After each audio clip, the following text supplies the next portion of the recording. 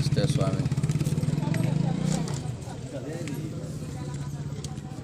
దుర్గాప్రసాద్ పేరు మీదుగా మల్లికార్జునుడే వచ్చేసాడుగా. మనస్సులో ఎంతో, ప్రస్థితిలో కూడా ఎంతో.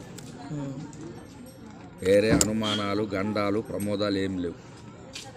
వచ్చిన ప్రశ్న మంచిదే. కళ తమరి కళ కూడా కుబేరుని కళ. ఎప్పుడూ కూడా ధనం వస్తానే ఉండాలి.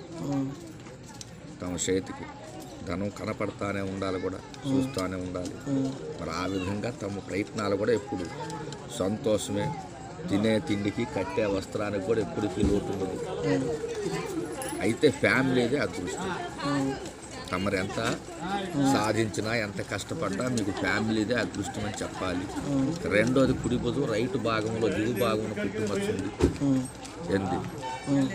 కానీ నువ్వు అసలు కొంత సాధించాల్సిన జాతకం ఉంది. స్త్రీ విషయంలో కలిసి రావాల్సిన జాతకం, బాగుపడే యోగం ఉండగా నరదృష్టి ఉందండి. ప్రజాయుడుకు నరదృష్టే మీకు కొంత బలంగా ఉంది. దీనివల్ల ఏంటంటే కొంత అనుకున్నది ఊహించింది లేట్ అవుతుంది. ధనము కూడా ఎంత లక్ష్మి వచ్చినా నిలబడతాంలే, ఖర్చే స్వామి. కానీ ఒక నరదృష్టిని మీరు పోగొట్టుకుంటే నీకేమీ అవసరం లే. నీకే తేడా ఉండదు. అన్ని పనులు కూడా సంతోషం.